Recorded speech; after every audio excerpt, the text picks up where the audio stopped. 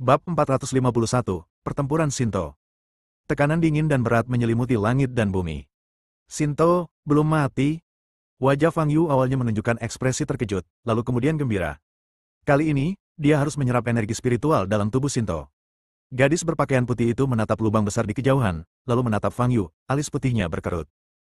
Orang ini masih sama seperti sebelumnya, selalu membuat masalah. Pada saat yang sama, aura mengerikan yang terpancar dari lubang raksasa itu membuat gadis itu merasa sangat terkejut. Aura yang begitu agung bahkan melampaui ayahnya. Lawan macam apa yang diprovokasi Fang Yu kali ini? Bagaimana dia bisa sekuat itu? Arah.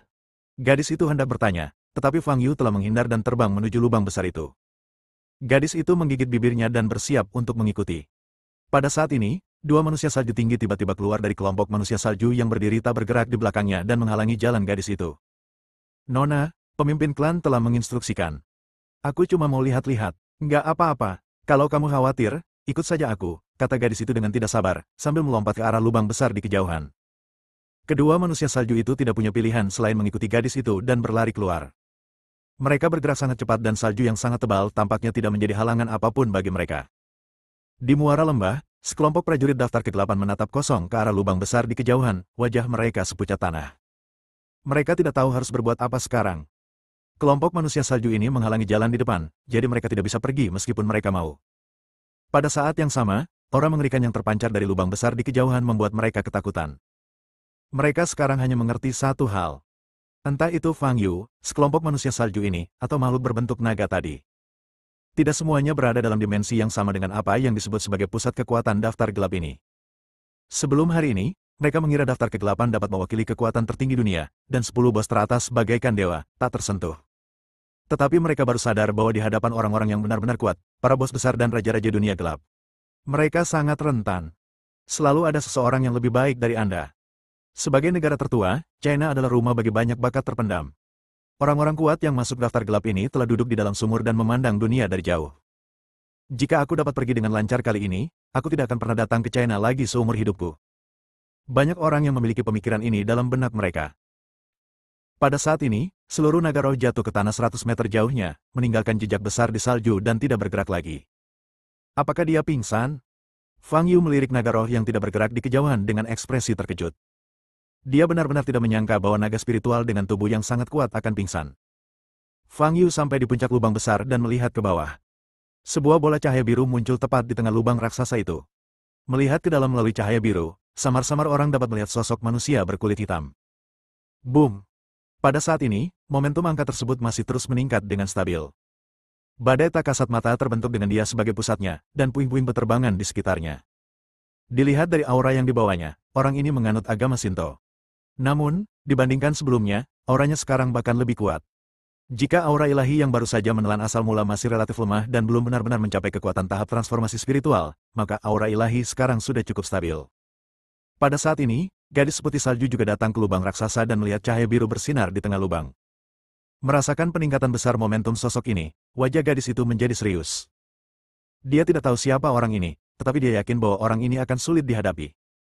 Gadis itu menatap Fang Yu di udara, matanya berkedip sedikit. Sejauh yang dapat diingatnya, pertama kali Fang Yu bertemu dengan klan Badai Salju, dia bertarung dengan ayahnya, yang sekarang menjadi pemimpin klan Badai Salju. Dalam pertempuran itu, ayahnya berusaha sekuat tenaga untuk memberi Fang Yu pelajaran. Tetapi Fang Yu pada akhirnya baik-baik saja, tetapi ayahnya terluka parah. Di dalam hati gadis itu, ayahnya selalu menjadi makhluk terkuat. Memang benar demikian, kalau tidak ayahnya tidak akan menjadi kepala suku Blizzard. Tetapi ayahku malah kalah dari Fang Yu. Dan setelah pertarungan, Fang Yu masih terlihat santai, seolah-olah dia tidak berusaha apapun. Sejak saat itu, gadis itu tahu bahwa kekuatan Fang Yu tidak terduga. Tunjukkan padaku batasanmu. Gadis itu menatap Fang Yu dan berpikir dalam hati. Boom! Pada saat ini, sebuah panah tajam dengan cahaya biru melesat keluar dari sosok di lubang besar dan menuju langsung ke arah Fang Yu. Anak panah tajam itu melesat melintasi langit dengan kecepatan luar biasa cepat. Fang Yu memasang ekspresi kosong di wajahnya saat dia mengulurkan tangan kanannya yang bersinar dengan cahaya kemasan. Boom! Panah tajam yang terkondensasi dari energi spiritual yang kuat ditangkap oleh Fang Yu. Fang Yu mengepalkan tangan kanannya erat-erat, dan anak panah tajam itu patah seketika, dan energi spiritual di dalamnya meledak. Boom! Saat cahaya itu menyilaukan, Fang Yu pingsan dan menukik ke bawah menuju sosok di bawah. Fang Yu, jika kau memaksakan wujud asliku keluar, kau akan mati. Di tengah cahaya biru, Sinto meraung dengan suara serak. Astaga! Sinto menghadapi Fang Yu yang menyerbu ke arahnya dengan kedua telapak tangannya. Ketika telapak tangan ini diletakkan, ruangan di sekitarnya bergetar. Dua jejak telapak tangan raksasa tak kasat mata, membawa kekuatan yang sangat dahsyat, menghantam Fang Yu. Mata Fang Yu bersinar dengan cahaya kemasan redup, dan tangannya disilangkan di depannya. Detik berikutnya, dia menabrak dua jejak telapak tangan ini. Boom! Dengan suara keras, Fang Yu menembus jejak telapak tangan, langsung menyerbu ke atas kepala Sinto, dan mengangkat kaki kanannya. Sepasang mata abu-abu putih milik Sinto memancarkan aura pembunuh. Dia mengulurkan telapak tangannya dan menghadap Fang Yu dari atas kepalanya. Sebuah bola cahaya hitam tiba-tiba muncul dari belakang Fang Yu dan membungkus Fang Yu sepenuhnya. Fang Yu hanya merasakan kekuatan besar menekan setiap bagian tubuhnya. Tuhan menghancurkan. Tangan kanan Sinto tiba-tiba mengepal. Fang Yu merasakan kekuatan yang menekan tubuhnya tiba-tiba melonjak dan mencapai puncaknya. Lalu, tiba-tiba meledak. Boom! Cahaya hitam itu pecah, dan Fang Yu bergegas keluar sambil menendang Sinto yang berada dalam cahaya biru itu. Tuhan bersembunyi. Sinto melafalkan rahasia itu dalam hatinya. Detik berikutnya, waktu dan ruang seolah berhenti. Di mata orang luar, sosok Sinto tiba-tiba bergerak hampir 100 meter jauhnya, dan hantu yang tak terhitung jumlahnya tetap berada di udara. Dan Fang Yu hanya berdiri diam. Sihir macam apa ini? Gadis yang berdiri di kejauhan menyaksikan perkelahian itu tampak terkejut. Fang Yu menatap Sinto yang sudah berjarak 100 meter dan sedikit menyipitkan matanya. Dia mengangkat telapak tangan kanannya, menghadap kuil di kejauhan. Boom! Semburan energi sejati meledak keluar. Menghisap jiwa. Sinto menepukkan tangannya ke depan. Sebuah pusaran tembus pandang muncul di udara dan langsung menyerap energi sejati yang diledakkan Fang Yu. Memanfaatkan kesempatan ini, Fang Yu menghindar dan menyerbu maju lagi. Wus! Ledakan sonik yang memekakkan telinga terdengar di udara. Seluruh tubuh Fang Yu bersinar dengan cahaya kemasan redup, dan kecepatannya meningkat hingga ekstrim. Hampir dalam sekejap, Fang Yu datang lagi ke hadapan Sinto, mengepalkan tangan kanannya dan menghantamkannya keras ke kepala Sinto. Hati Sinto terkejut. Tuhan bersembunyi.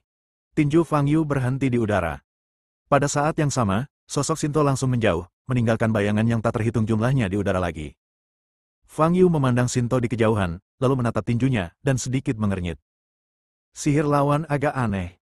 Gerakan tubuh biasa hanya dapat memancarkan diri sendiri dan mengendalikan gerakannya sendiri. Namun sihir yang digunakan Sinto dapat menghentikan semua gerakan Fang Yu. Ketenangan ini tidak disebabkan oleh kekuatan apapun, tetapi ketenangan naluriah. Seolah-olah Fang Yu berhenti atas inisiatifnya sendiri. Seolah-olah, saat Sinto menggunakan teknik ini, 2 detik waktu tercuri. Mengendalikan waktu, itu mustahil. Fang Yu menyangkal gagasan itu dalam hatinya. Hukum waktu dapat dikatakan sebagai hukum gaya yang paling rumit dan paling sulit ditembus di dunia. Bahkan makhluk kuat di tahap penyeberangan kesengsaraan tidak dapat mengendalikan waktu. Mengenai apakah yang abadi mampu melakukannya, Fang Yu tidak yakin. Bagaimanapun, mustahil bagi penganut Sinto di depan kita untuk benar-benar mengendalikan waktu. Kita harus mencoba lagi. Fang Yu memandang Sinto di kejauhan dan berangkat lagi.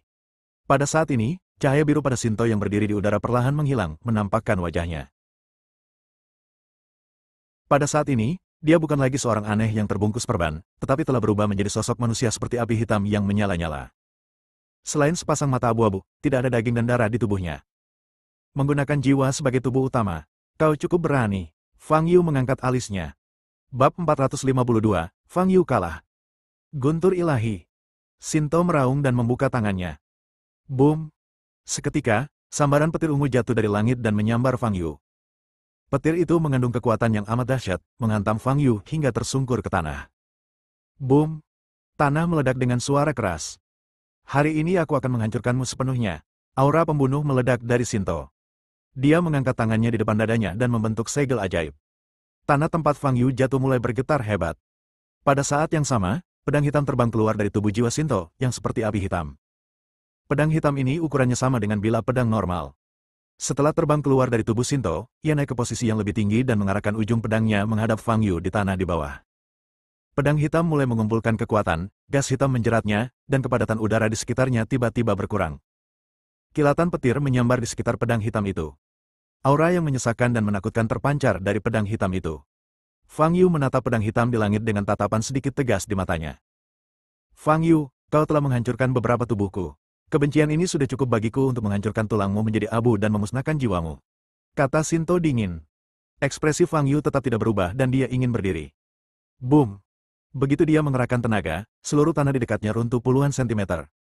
Suatu kekuatan besar menekannya, mencegahnya bergerak. Ini adalah teknik yang digunakan Shinto untuk menekan roh naga. Itu tidak berhasil untukku. Fang Yu mengangkat sudut mulutnya dan mengerahkan tenaga untuk duduk. Boom! Seluruh tanah runtuh beberapa meter lebih jauh. Shinto merentangkan tangannya dan mengepalkannya menjadi cakar, lengannya sedikit gemetar, dan kekuatan yang dikerahkan pada Fang Yu mencapai titik ekstremnya. Kekuatan seperti itu cukup untuk menghancurkan semua makhluk hidup di dunia. Tetapi kekuatan mengerikan seperti itu tampaknya tidak ada gunanya melawan Fang Yu. Fang Yu berdiri tegap di bawah tekanan seperti itu. Bagaimana ini mungkin? Shinto merasa ngeri. Dia bahkan bisa menekan roh penjaga besar itu, jadi mengapa dia tidak bisa menekan Fang Yu? Bagaimana kekuatan Fang Yu bisa lebih kuat dari roh penjaga itu? Pedang, patahkan. Shinto tahu bahwa jika dia tidak mengambil tindakan, Fang Yu akan sepenuhnya lepas dari belenggunya. Swoosh! Pedang hitam yang tergantung di udara jatuh dengan cepat ke arah posisi Fang Yu. Pelangi hitam melesat di langit. Gadis yang menyaksikan pertarungan itu dari kejauhan merasakan jantungnya berdebar kencang. Dengan kecepatan seperti itu, Fang Yu tampaknya tidak dapat menghindar. Boom! Detik berikutnya, tempat Fang Yu berada meledak seperti guntur. Semua awan di langit runtuh. Gelombang udara yang mengerikan itu menyebar ke segala arah, menghancurkan apapun yang disentuhnya dan membuatnya berterbangan. Kedua manusia salju yang berdiri di belakang gadis itu segera melangkah maju, mengulurkan tombak mereka dan menyilangkannya. Pada saat yang sama, dinding salju yang sangat tebal tiba-tiba muncul di salju di depan mereka, menghalangi mereka. Lalu, gelombang udara datang. Boom! Dinding salju tebal itu tersapu hampir seketika. Kedua manusia salju itu menyilangkan tombak mereka, menangkis ledakan yang tersisa dan mengeluarkan erangan teredam. Gadis di belakang kedua pria itu menatap lurus ke depan. Saat ini, tempat itu dipenuhi kabut putih akibat percikan butiran salju, dan keadaan di dalamnya tidak dapat dilihat dengan jelas. Gelombang udara terus menyebar. Para prajurit daftar kegelapan yang berdiri di pintu masuk lembah yang jauh terkena dampaknya, dan banyak dari mereka terlempar mundur sambil berteriak dan berseru. Namun, sekelompok manusia salju mampu berdiri. Dua manusia salju melangkah maju untuk melindungi Diana yang pingsan. Lembah-lembah di sekitarnya meletus dengan suara gemuruh, seakan-akan akan menyebabkan longsoran salju lainnya. Hembusan udara yang tercipta hanya dengan satu serangan, sangat mengerikan. Gadis itu mengangkat kepalanya dan menatap sosok seperti api hitam di langit, matanya penuh dengan keterkejutan. Pada saat ini, Shinto melihat ke bawah dari tempat yang tinggi ke tanah yang tertutup salju putih. Meskipun pedang ini jauh dari mencapai kekuatan maksimumnya, namun cukup untuk membunuh manusia. Meskipun Fang Yu sangat kuat, bagaimanapun juga dia hanyalah daging dan darah. Pada saat ini, Shinto tidak bisa lagi merasakan aura Fang Yu. Sudah terpecahkan. Shinto menghela napas lega. Sekarang dia berada dalam keadaan yang benar-benar asli. Mempertahankan bentuk jiwa ini sangat berisiko. Jika jiwa rusak atau hancur secara langsung, maka tidak akan ada kemungkinan untuk pulih dan akan hilang sepenuhnya. Ketika tubuhnya benar-benar roboh tadi, Shinto mempertimbangkan untuk melarikan diri. Jika dia ingin pergi, dia bisa menggunakan sihir untuk menyembunyikan napasnya dan pergi sebagai jiwa, dan tidak seorang pun akan memperhatikannya. Tetapi dia tidak dapat menelannya. Fang Yu baru berada di tahap pemurnian Qi, tetapi ia telah menghancurkan beberapa tubuh ciptaannya sendiri dengan susah payah. Kebencian semacam ini sulit diredam. Dia tidak ingin melarikan diri begitu saja. Dia baru saja menyerap asal-usulnya dan kekuatannya sedang dalam kondisi terkuatnya. Terlebih lagi, ia memiliki seni menghilang sebagai cadangan. Dia tidak perlu takut pada Fang Yu. Hasilnya sekarang adalah seperti yang dibayangkan Shinto sebelumnya. Tidak peduli seberapa kuat Fang Yu, dia hanya kuat pada tubuh fisiknya. Tahap pemurnian Qi belaka tidak akan mampu menghasilkan prestasi hebat. Dia menggunakan berbagai mantra untuk mempermainkan Fang Yu seperti anjing dan kemudian membunuhnya dengan mudah. Sekarang, tubuhmu milikku. Shinto terbang ke bawah, menyeringai dalam hati, kuharap tubuhmu tidak terlalu rusak. Gadis di kejauhan juga merasakan hilangnya aura Fang Yu. Ini. Wajah gadis itu penuh dengan ketidakpercayaan. Fang Yu, kalah. Mengingat kekuatan dahsyat pukulan sebelumnya, hati gadis itu hancur total. Bagaimana mungkin? Gadis itu awalnya terkejut ketika bertemu Fang Yu lagi. Namun kemudian Fang Yu tidak mengenalinya, yang membuatnya marah. Tetapi sekarang Fang Yu telah meninggal, dan dia hanya merasa sedih. Meskipun mereka tidak bertemu selama bertahun-tahun, dia selalu menganggap Fang Yu sebagai teman baik. Setidaknya saat itu, Fang Yu berhubungan baik dengannya. Saat itu, dia bahkan sedikit mengagumi Fang Yu. Fang Yu. Gadis itu sudah lama tidak meneteskan air mata. Saat itu, ia merasa matanya perih dan agak merah. Pada saat yang sama, tubuh Shinto tenggelam ke dalam kabut salju putih. Serangan tadi telah menyebabkan tanah dalam radius ratusan meter runtuh. Salju dan kabut cukup tebal dan jarak pandang sangat rendah. Tetapi Sinto tidak perlu dilihat dengan jelas sama sekali.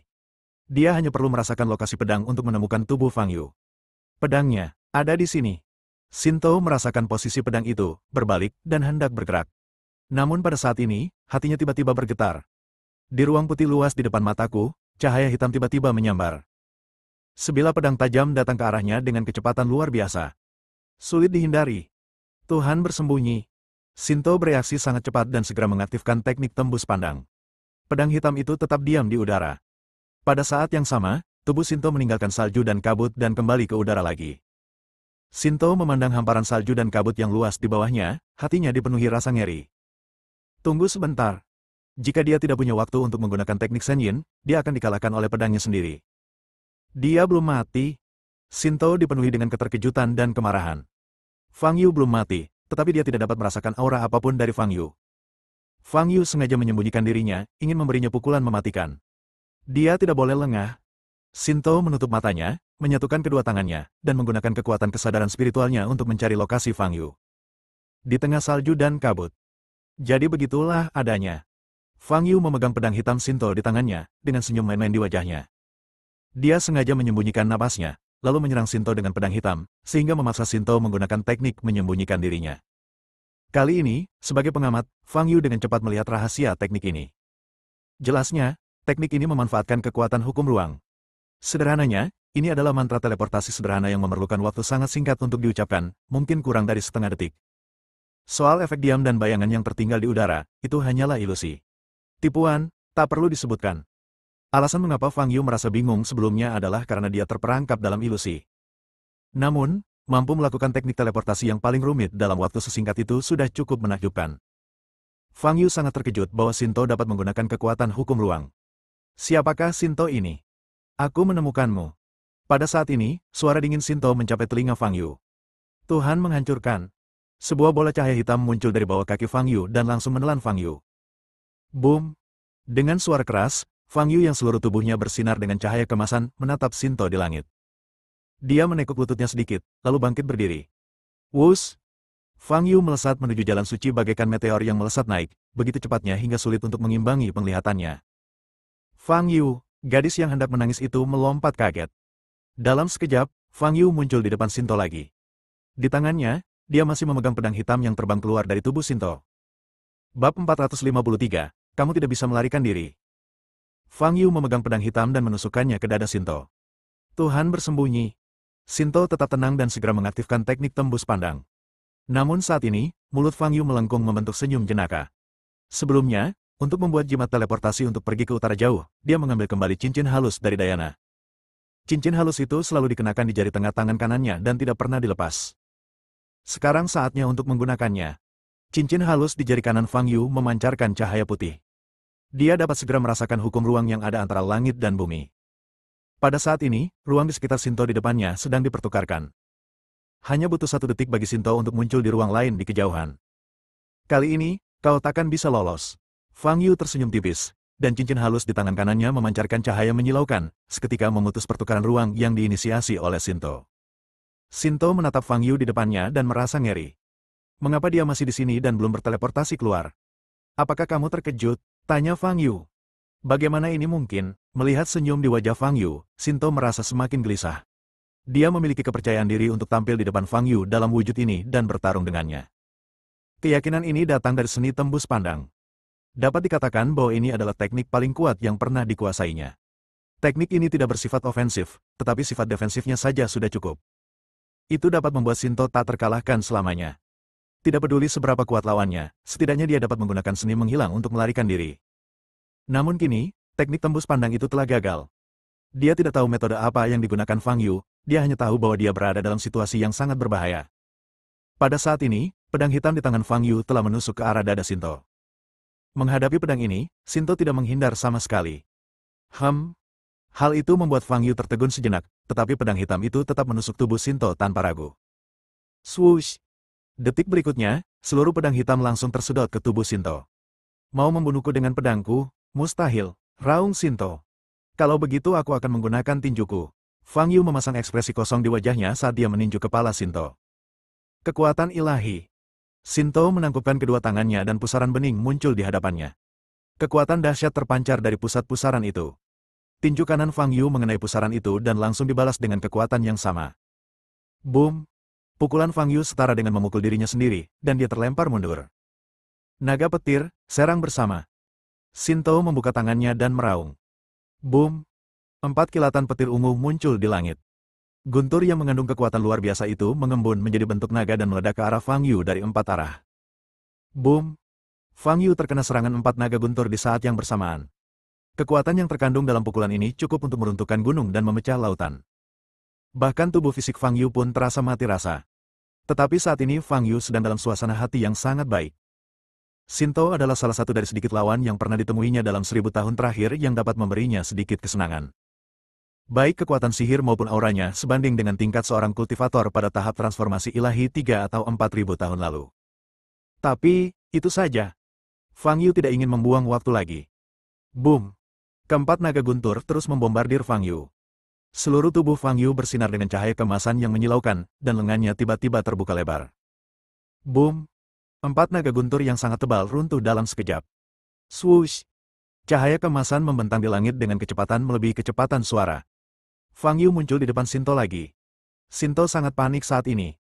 Dia hampir menghabiskan seluruh pengetahuan hidupnya, dan semua jurus mematikannya telah digunakan pada Fang Yu. Tetapi Fang Yu masih belum jatuh. Bahkan roh penjaga pun jatuh, tetapi Fang Yu masih belum jatuh. Hal ini tidak hanya mengejutkan Shinto. Dia sekarang merasakan ketakutan dalam hatinya. Dia tahu betul bahwa dia telah mencapai batasnya. Dia tidak bisa berbuat apa-apa pada Fang Yu, dan cepat atau lambat Fang Yu akan menemukan kekurangannya. Sebagai manusia sekarang, dia tidak dapat mengambil risiko ini. Jika kamu tidak bisa menghadapi Fang Yu, kamu harus mencari cara untuk melarikan diri. Tepat ketika Shinto panik, Fang Yu mengepalkan tangan kanannya dan memukulnya dengan keras. Kekuatan ilahi. Sebuah pusaran tembus pandang muncul lagi di depan Shinto. Tidak ada kaligrafi yang dapat mengalahkan kekuatan absolut. Mata Fang Yu bersinar dengan cahaya kemasan, dan kekuatan di tangan kanannya mencapai 50% dari kekuatan yang jarang ia gunakan sebelumnya. Pah! Dengan suara keras, seluruh ruang terdistorsi. Pusaran yang berdiri di depan Shinto tiba-tiba meledak. Tinju kanan Fang Yu teracung dan hendak mengenai kepala Shinto. Meskipun Shinto sekarang berwujud jiwa, agar dapat melakukan sihir, jiwanya saat ini sedang berwujud. Kalau pukulan ini kena, seluruh jiwa Shinto akan hancur. Pada saat kritis, Shinto diam-diam melafalkan rumus ajaib di dalam hatinya. Wow! Dalam sekejap, jiwa Shinto berubah dari fisik menjadi virtual, berubah menjadi gumpalan gas hitam dan menyebar ke segala arah. Itu hanya akan membuatmu mati lebih cepat. Mata Fang Yu dingin dan dia mengulurkan tangan kanannya. Wow! Sebuah bola api merah besar menyembur keluar dari telapak tangan kanannya dan meledak ke arah roh Shinto. Api di inti bumi yang dapat membakar semua yang ada di dunia. Shinto merasakan panas menyengat datang dan merasa ngeri. Pembentukan tubuh. Gas hitam itu segera mengembun dan memadat kembali menjadi benda padat. Kamu tahu akan mati juga, jadi biarkan saja. Suara Fang Yu muncul di samping telinga Shinto. Boom! Fang Yu menamparkan wajah Shinto. Agar tidak membunuh Shinto secara langsung, dia menggunakan sedikit sekali kekuatan dalam tamparan ini. Namun meski begitu, jiwa yang rapuh itu hampir runtuh. Hal ini tidak hanya membuat Shinto sendiri sangat ketakutan, tetapi bahkan jantung Fang Yu pun berdebar kencang. Dia masih menunggu untuk menyerap energi spiritual dalam tubuh Shinto. Serap sekarang. Tatapan Fang Yu tajam. Ia mengulurkan tangan dan meraih kepala Shinto, lalu mengaktifkan teknik pemakan jiwa. Untuk mencegah Shinto berubah menjadi tubuh virtual lagi, Fang Yu membuka sepasang mata lainnya. Cahaya merah menyala di matanya dan rune putih berputar. Seluruh entitas jiwa Shinto dikunci sepenuhnya oleh Fang Yu. Sekarang, Shinto tidak bisa lagi berubah kembali menjadi tubuh virtual. Sebuah pusaran cahaya merah muncul di telapak tangan kanan Fang Yu. Semburan energi spiritual yang murni dan berintensitas tinggi diserap ke dalam tubuh Fang Yu. Shinto segera merasakan hilangnya energi spiritual di tubuhnya. Dia ingin berjuang dan kembali ke tubuh virtual, tetapi dia tidak bisa melakukannya sama sekali. Suatu kekuatan tak terlihat menguncinya sepenuhnya. Jika hal ini terus berlanjut, bukan saja akan menjadi masalah energi spiritual, jiwa penganut Shinto pun tidak akan sanggup menanggungnya dan akan hancur total. Fang Yu, aku bersedia menyerahkan asal-usulnya. Asal kau melepaskanku, geram Shinto. Bukankah kau menyerap asal-usul itu? Fang Yu mengangkat alisnya. Tidak, aku tidak menyerapnya, aku hanya melahapnya sementara dan menggunakannya sebagai sumber energi spiritualku. Aku bisa menyerahkannya sekarang, kata Shinto cemas. Oh, pada saat ini, Fang Yu menatap Shinto dengan saksama. Dalam penglihatannya saat ini, dia dapat melihat asal-muasal cahaya biru yang tersembunyi di dalam tubuh Shinto. Asalnya memang masih mempertahankan tampilan aslinya. Baiklah, serahkan padaku, dan aku memberimu 10 detik untuk melarikan diri, kata Fang Yu. Ini, Shinto terkejut. Kau tidak punya pilihan, kata Fang Yu dingin. Berpikir tentang keajaiban tembus pandang, Shinto mengambil keputusan dan berkata sambil mengertakkan gigi, baiklah. Fang Yu membuka kuncinya. Shinto menangkupkan kedua tangannya dan sebuah pusaran muncul di depan dadanya. Kristal asal dengan cahaya biru yang menyilaukan terbang keluar darinya. Fang Yu mengulurkan tangan dan memegangnya, dan segera merasakan energi spiritual luar biasa yang terkandung di dalamnya, matanya bersinar. Inilah yang dia butuhkan. Akhirnya, perjalanan ini tidak sia-sia. Pada saat ini, Shinto sudah mengaktifkan seni bersembunyi. Cincin halus di tangan kanan Fang Yu bersinar. Teknik tembus pandang Shinto terganggu lagi. Kau, Shinto ketakutan. Sudah kubilang lari, jangan pakai teleportasi. Kalau tidak, memberimu 10 detik akan sia-sia. Fang Yu berkata dengan tenang, aku akan mulai menghitung waktu sekarang, 10. Shinto terdiam dan tidak bisa berkata apa-apa. Dia tahu bahwa dia telah kehilangan daya tawar dan tidak punya pilihan selain melarikan diri. Shinto mengerahkan segenap tenaganya untuk bergegas pergi. Setelah menyerahkan asal, energi sejati dalam tubuhnya kembali ke tingkat semula. Kecepatannya tidak secepat sebelumnya, tetapi tidak lambat juga. Naluri untuk bertahan hidup membuatnya berlari dengan kecepatan maksimum. Hanya dalam waktu 5 detik, dia melesat sejauh 300 meter. 3, 2, 1. Setelah 10 detik, Shinto tidak lagi terlihat dalam bidang penglihatan orang normal.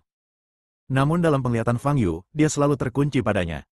Jika Shinto tidak melukai Diana, Fang Yu mungkin akan melepaskannya. Namun sekarang, hal itu tidak mungkin. Sudah kubilang, kau tidak bisa melarikan diri. Kecepatan putaran rune putih di pupil Fang Yu tiba-tiba meningkat.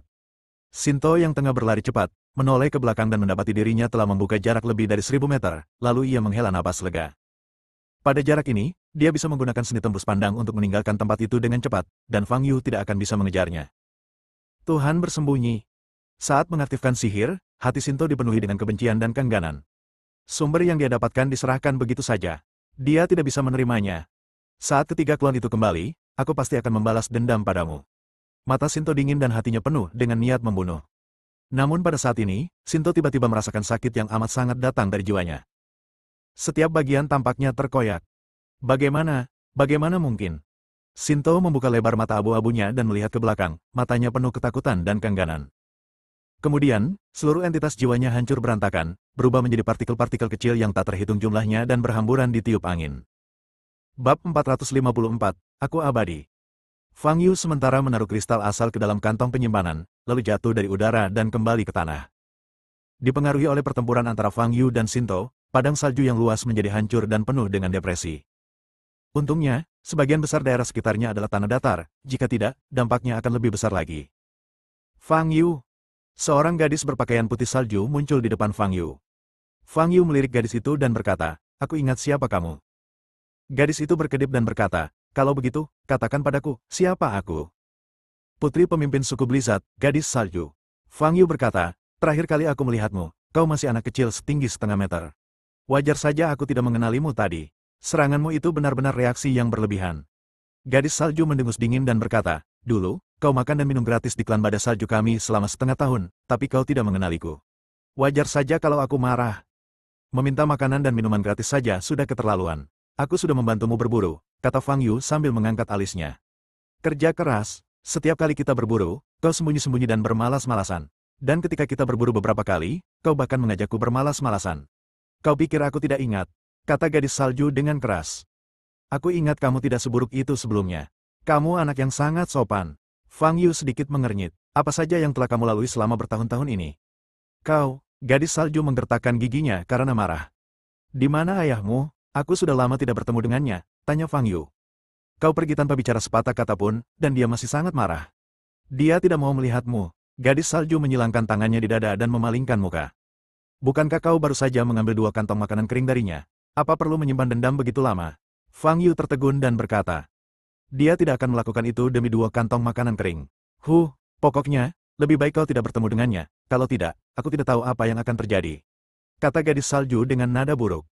Ancaman ini tidak ada artinya. Kau seharusnya tahu betul bahwa ayahmu tidak bisa berbuat apa-apa padaku, kata Fang Yu sambil tersenyum. Setelah berkata demikian, dia berjalan menuju pintu masuk lembah yang jauh. Diana masih koma, jadi dia harus dibawa pergi bersama kami. Gadis salju gemetar karena marah. Ayahnya adalah patriark klan Blizzard yang menguasai wilayah seluas ribuan kilometer. Bisa dibilang, dialah satu-satunya raja di utara jauh. Selama mereka memasuki utara jauh, siapa yang berani tidak menghormati ayahnya? Tetapi di mulut Fang Yu, ayahnya tidak memiliki martabat sama sekali. Jika orang lain, gadis salju tidak perlu mengatakan apapun, karena dua bawahan manusia salju di sampingnya pasti sudah mengambil tindakan untuk menghukumnya. Namun pihak lainnya adalah Fang Yu, jadi dia bahkan tidak bisa membantah apa yang dia katakan, apalagi mengambil tindakan. Ayah gadis salju dikalahkan oleh Fang Yu di depan seluruh klan. Ini adalah fakta yang tak terbantahkan. Aku sangat marah. Gadis salju mengepalkan tinjunya, menghentakkan kakinya dengan keras, dan mengikuti Fang Yu. Ketika Fang Yu kembali ke pintu masuk lembah, hal pertama yang dilihatnya adalah tatapan mata kerumunan yang seolah-olah sedang menatap dewa. Kelompok orang kuat dalam daftar kegelapan benar-benar linglung saat ini. Dalam hati mereka, mereka sepenuhnya menganggap Fang Yu sebagai dewa. Awalnya, saat Fang Yu bertarung dengan 3 orang besar di 10 besar daftar kegelapan, mereka hanya terkejut dengan kekuatan Fang Yu. Tetapi setelah menyaksikan pertarungan antara Fang Yu dan Shinto tadi, pandangan dunia mereka benar-benar runtuh. Ternyata inilah kekuatan Fang Yu yang sebenarnya. 3 raksasa sebelumnya dari daftar kegelapan bahkan tidak dapat menggunakan 50% kekuatan Fang Yu. Fang Yu mengabaikan sekelompok orang itu, berjalan mendekati Diana dan berjongkok. Saat ini, wajah Diana sudah kembali normal dan napasnya sudah teratur, tetapi dia masih koma. Di sini terlalu dingin, kita perlu memindahkannya ke tempat yang lebih hangat. Teleportasi kembali ke Huaibei sekarang.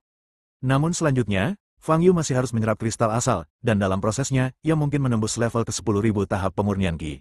Tidak ada yang tahu apa yang akan terjadi. Kembali ke tempat ramai seperti Huaibei mungkin menimbulkan sensasi atau melibatkan orang lain. Setelah memikirkannya, Fang Yu memutuskan untuk tidak kembali ke Huaibei untuk sementara waktu. Jauh di utara adalah tempat yang paling cocok untuk retret. Dengan menyerap asal-usulnya di sini, bahkan jika terjadi bencana petir, orang di luar tidak akan mengetahuinya. Fang Yu menggendong Diana, menoleh ke arah gadis salju, dan bertanya, "Ayo kembali ke markasmu." "Apakah kamu benar-benar tidak takut ayahku marah?" tanya gadis salju. "Apa yang perlu ditakutkan? Ayahmu tidak berani marah padaku," kata Fang Yu sambil mengangkat alisnya. Gadis salju mendengus, melirik Diana yang tak sadarkan diri dalam pelukan Fang Yu, memutar bola matanya yang putih, dan berkata, "Kau boleh memintaku untuk menerimamu kembali, tapi kau harus berjanji tidak akan melakukan apapun pada ayahku." "Tentu saja, ayahmu dan aku adalah kenalan lama, jadi mengapa aku harus melakukan itu?" kata Fang Yu. Gadis salju berhenti berbicara, mengulurkan tangan kanannya dan menjentikkan jarinya. Dor, dor, dor. Terdengar suara langkah kaki tergesa-gesa dari belakang. Kemudian, 2 ekor serigala, sebesar sapi dan kuda serta ditutupi bulu seputih salju, berlari di depan gadis salju. Gadis salju berbalik dan duduk di salah satu serigala salju sambil berkata, "Ayo pergi." Fang Yu menggendong Diana dan duduk di atas serigala salju lainnya. "Nona, bagaimana kita menghadapi orang-orang ini?" Tepat saat gadis salju hendak pergi, seorang manusia salju di belakangnya bertanya. Gadis salju menoleh dan menatap sekelompok prajurit daftar kegelapan yang ketakutan dan pucat di pintu masuk lembah, lalu mengerutkan kening. Dia berbalik dan menatap Fang Yu. "Biarkan mereka pergi," kata Fang Yu. "Lakukan saja apa yang dikatakan Fang Yu. Lagi pula, kau harus memperbaiki salju di dekat sini," kata gadis salju. "Saya mengerti," jawab si manusia salju. "Nona, apa yang harus kita lakukan dengan makhluk itu?" Gadis salju menoleh dan melihat ke kejauhan, di mana naga roh tergeletak di tanah, masih tak bergerak. Baru pada saat itulah Fang Yu teringat naga yang ganas ini. Bagaimana mungkin dia pingsan begitu lama? Dilihat dari kekuatan tubuhnya, Shinto seharusnya tidak bisa melukainya terlalu parah. Fang Yu sedikit mengernyit, sedikit bingung. Gadis salju menatap Fang Yu dan bertanya, "Menurutmu bagaimana kita harus menangani ini?" Memikirkan reaksi gila naga roh setelah dewa mengambil asal-usulnya, Fang Yu berkata, "Lupakan saja, pergilah dari sini sebelum dia bangun, kalau tidak dia akan menerjang dan mengeom padaku lagi." Di masa lalu, Fang Yu mungkin berlatih dengannya. Tetapi sekarang Fang Yu ingin sekali menyerap asal-usulnya dan tidak punya waktu untuk mempermainkannya. "Abaikan saja, setelah dia bangun, apa dia akan?" kata si manusia salju ragu-ragu. "Tidak apa-apa, dia hanya roh penjaga. Dia tidak akan menyerangmu kecuali kau menyentuh barang-barangnya," kata Fang Yu. "Lakukan saja apa yang dia katakan," perintah gadis salju. "Ya," sekelompok manusia salju di belakangnya menjawab serempak. Gadis salju melirik Fang Yu dan menepuk kepala serigala salju di bawahnya. Serigala salju segera melarikan diri. Serigala salju di bawah Fang Yu juga berlari keluar di belakangnya. Di pintu masuk lembah, sekelompok ahli daftar gelap dari seluruh dunia menatap kosong saat Fang Yu pergi. Di hamparan salju yang luas, 2 serigala salju berlari cepat. Gadis salju tadinya berlari di depan, tetapi tiba-tiba dia teringat sesuatu dan segera memperlambat langkahnya dan berjalan berdampingan dengan Fang Yu. Dia tiba-tiba menyadari sesuatu yang sangat aneh. Fang Yu pada awalnya tidak dapat mengenalinya karena dia telah tumbuh besar sejak dia masih kecil. Tetapi mengapa dia bisa mengenali Fang Yu pada pandangan pertama? Karena Fang Yu hari ini, dilihat dari penampilannya, tidak berbeda dari sebelumnya. Setelah menyadari hal ini, jantung gadis salju berdebar kencang. Berdasarkan pemahamannya terhadap manusia biasa, ini tidak mungkin. Terakhir kali saya melihat Fang Yu mungkin 30 tahun yang lalu. 30 tahun adalah waktu yang sangat lama bagi kebanyakan manusia. Mereka akan tumbuh dari seorang pemuda menjadi orang setengah baya atau tua. Meskipun Fang Yu adalah seorang prajurit, wilayah kekuasaannya tidak tinggi dan ia selalu berada di wilayah bawaan. Para pendekar alam bawaan berada pada tingkat paling dasar dari alam seni bela diri. Di alam ini, umur tidak akan bertambah dan tidak jauh berbeda dengan orang biasa. 30 tahun telah berlalu, Fang Yu pasti sudah tua. Bagaimana dia bisa tetap semuda dulu? Hal ini membuat gadis salju bertanya-tanya apakah orang di depannya adalah Fang Yu. Apakah dia bertemu musuh dengan niat jahat? Tapi setelah dipikir-pikir lagi, tidak ada yang salah dengan apa yang dikatakan Fang Yu sebelumnya. Termasuk beberapa kenangan bersama klan Blizzard. Fang Yu, kenapa? Kamu tidak bertambah tua? Gadis salju melihat profil Fang Yu dan bertanya dengan ragu-ragu. Karena aku abadi, kata Fang Yu. Bagaimana mungkin? Jangan bicara omong kosong. Gadis salju menatap Fang Yu dan berkata. Sebenarnya, aku mendapatkan resep kecantikan itu dari Dewa Pengobatan Zubar. Aku sudah meminum obat ini selama puluhan tahun, jadi aku awet muda, kata Fang Yu. Bab 455, Pemimpin Klan Blizzard. Dewa Obat Zubar. Gadis salju itu tampak terkejut. Zubar sangat terkenal di Tiongkok, bahkan gadis salju, yang berada jauh di utara jauh, pernah mendengar namanya. Tampaknya masuk akal bagi orang seperti itu untuk menguasai resep perawatan kecantikan. Berapa umurmu sekarang? Tanya gadis salju lagi. Kurang dari 100, masih relatif muda. Fang Yu mengarang kebohongan. Usiamu hampir 100 tahun, menurut kondisimu. Kau tampak. Gadis salju tidak mengatakan apapun saat hidupnya akan segera berakhir. Fang Yu melirik gadis salju dan sedikit mengernyit. Apakah gadis ini telah tinggal di lingkungan yang dingin dan bersalju terlalu lama, sehingga otaknya menjadi beku dan bodoh? Mengapa dia masih berjuang dengan masalah ini padahal dia baru saja menyaksikan Fang Yu bertarung dengan Shinto? Jika Fang Yu hanya seorang prajurit biasa, bagaimana ayahnya bisa kalah? Namun, Fang Yu tidak ingin membicarakan topik rentang hidup dan penampilan terlalu lama. Mengenai hal ini, tak seorang pun percaya kata-kata jujur Fang Yu, tetapi banyak yang percaya omong kosongnya. Omong kosong itu tak ada artinya. Ngomong-ngomong, kalian orang-orang Blizzard lah yang benar-benar awet muda. Fang Yu berkata, 30 tahun telah berlalu, dan kau masih terlihat seperti gadis remaja. Siapa sangka kau sebenarnya wanita berusia 40-an. Kau bibinya. Gadis salju mengerutkan wajahnya dengan marah. Di suku badai salju kami, aku seusia gadis kecil. Kau tidak bisa menilai kami dengan standar orang biasa. Melihat gadis salju sangat marah, Fang Yu berhenti berbicara. Tetapi konsekuensi dari kalimat ini masih nyata. Gadis salju di belakangnya terus melotot marah ke arah Fang Yu, sedangkan serigala salju di bawahnya berlari makin cepat. Tidak butuh waktu lama sebelum dia menjauhkan diri dari Fang Yu. Serigala salju di bawah Fang Yu berlari semakin lambat, dan pada akhirnya ia hampir berjalan-jalan. Fang Yu melompat dan terbang ke depan sambil menggendong Diana. Sambil masih terbang di udara, Diana dalam pelukan Fang Yu menggoyangkan bulu matanya yang panjang dan segera membuka matanya. Melihat dagu Fang Yu begitu dekat, ekspresi Diana sedikit berubah. Ingatannya masih tersisa pada saat sebelum dia koma. Dia sedang meluncur menuruni gunung bersalju ketika tiba-tiba dia menemukan sebuah batu yang menonjol dan terlempar keluar. Bangun! Fang Yu menatap Diana. Kakak Yu, kita sekarang. Diana membuka mulut untuk bertanya. Setelah kamu pingsan, pertama-tama aku. Agar Diana mengerti apa yang terjadi, Fang Yu mulai dari dasar gua. Shinto itu, sudah mati? Setelah mendengar apa yang dikatakan Fang Yu, Diana bertanya dengan mata indahnya yang berkilat aneh. Baiklah, kalau tubuh yang barusan itu benar-benar tubuh aslinya, kata Fang Yu. Siapa sebenarnya Shinto? Tanya Diana lagi. Aku tidak yakin. Tapi orang ini memang sangat kuat. Sulit menemukan lawan untuknya di dunia bela diri saat ini, komentar Fang Yu. Diana sangat setuju dengan hal ini. Perasaan tertekan yang dibawa oleh Shinto kepadanya cukup kuat, dan serangan telapak tangan ringan itu menyebabkan dia menderita luka dalam yang parah. Apakah sangat dingin? Fang Yu bertanya ketika dia merasakan tubuh Diana sedikit menggigil. Diana menggelengkan kepalanya sedikit dan hendak mengatakan tidak. Pada saat ini, Fang Yu menempelkan tangan kanannya di dahinya. Arus hangat mengalir dari dahiku dan mengalir ke seluruh tubuhku, membuatku merasa sangat nyaman.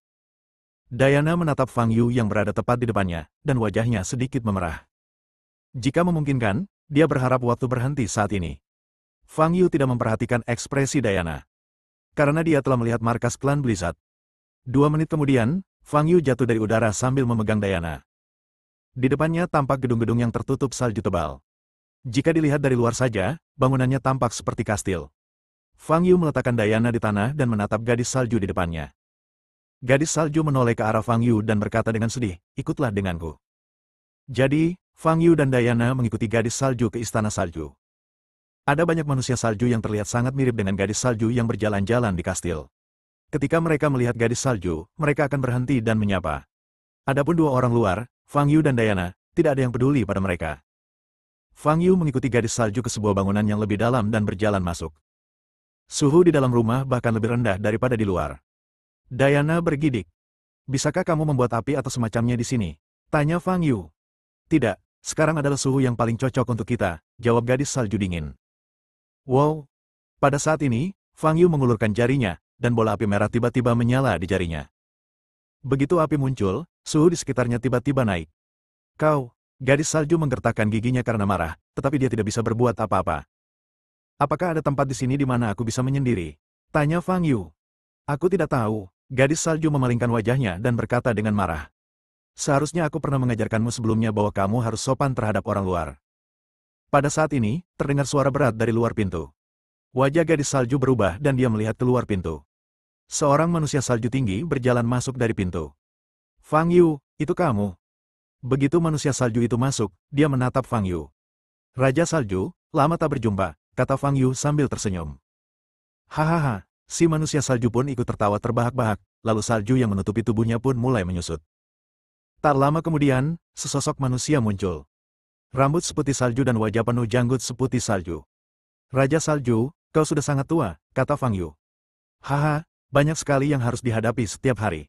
Bagaimana bisa kau begitu santai?" Raja Salju berjalan di depan Fang Yu dan menyeringai. Gadis salju yang berdiri di sana memandang kedua orang yang tengah berbicara dengan gembira, matanya penuh dengan keterkejutan. Dia ingat betul bahwa ayahnya sangat marah karena Fang Yu pergi tanpa pamit, dan pernah berkata bahwa dia akan memukul Fang Yu jika dia bertemu dengannya lagi. Tetapi sekarang ketika dia benar-benar bertemu Fang Yu lagi, sikap ayahnya cukup baik.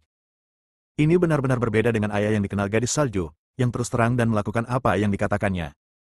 Sementara gadis salju penuh dengan keraguan, Fang Yu dan Raja Salju sudah duduk dan mulai mengobrol. Setelah mengobrol tentang beberapa topik yang tidak penting, Raja Salju menatap gadis salju yang masih linglung dan bertanya, "Di mana kamu bertemu Fang Yu?" Di lembah di tepi wilayah. Bukankah kita telah menemukan sebelumnya ruang bawah tanah di sana?" Gadis salju menceritakan apa yang terjadi sebelum dan sesudah dia bertemu Fang Yu. "Oh, kau mengeluarkan barang-barang di sana." Raja Salju menoleh ke arah Fang Yu dan berkata dengan heran. "Sebenarnya, bukan aku yang mengeluarkannya, tapi benda itu memang ada di tanganku sekarang," kata Fang Yu. "Kau bahkan memprovokasi makhluk raksasa itu. Itu benar-benar gayamu," kata Raja Salju sambil tersenyum dan menggelengkan kepalanya. Fang Yu tersenyum dan tidak mengatakan apapun. "Dan orang yang bertarung denganmu. Siapa dia?" tanya Raja Salju lagi. "Aku tidak yakin, tapi aku pernah menghancurkan beberapa klonnya sebelumnya, jadi aku punya dendam padanya," kata Fang Yu. Raja Salju mendesah, akhir-akhir ini suasananya sungguh tidak nyaman.